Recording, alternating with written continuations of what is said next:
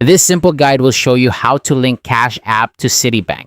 If you're looking to manage your finances more seamlessly, connecting your Citibank account to Cash App is a great way to start.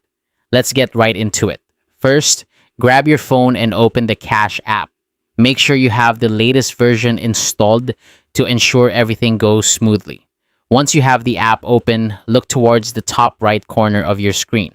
There, you'll see your profile icon. Go ahead and tap on it. This will take you to your account settings where you can manage various features of your Cash App account. Next, you'll want to scroll down until you find the option labeled Linked Banks.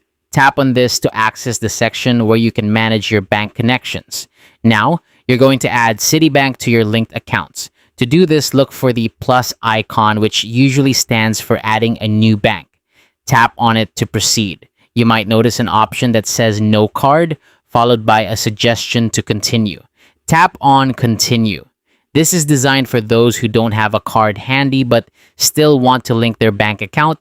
From here, you'll see a list of banks. Citibank might be prominently displayed, but if it isn't, don't worry.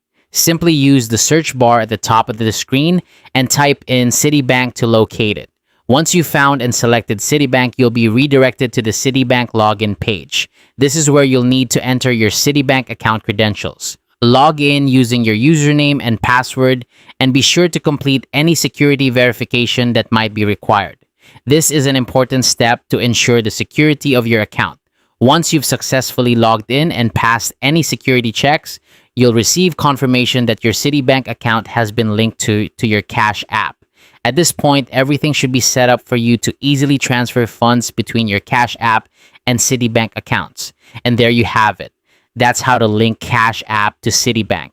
Now you can enjoy the convenience of managing your finances in one place. If you have any issues, be sure to check that both apps are up to date, and don't hesitate to reach out to customer support for additional help.